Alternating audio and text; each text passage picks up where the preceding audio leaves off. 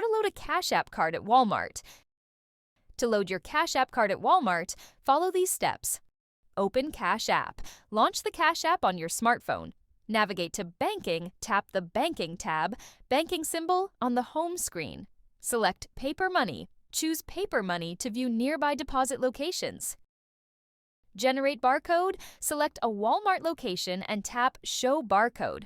Visit Walmart, go to the Customer Service Desk or Money Center at the chosen Walmart. Present barcode, inform the cashier you want to add funds to your Cash App and show the barcode. Hand over cash. Give the cashier the amount you wish to deposit, minimum $5, maximum $500 per transaction. Confirm deposit. After scanning the barcode and processing the payment, the funds should appear in your Cash App balance. That's it. Thanks for watching.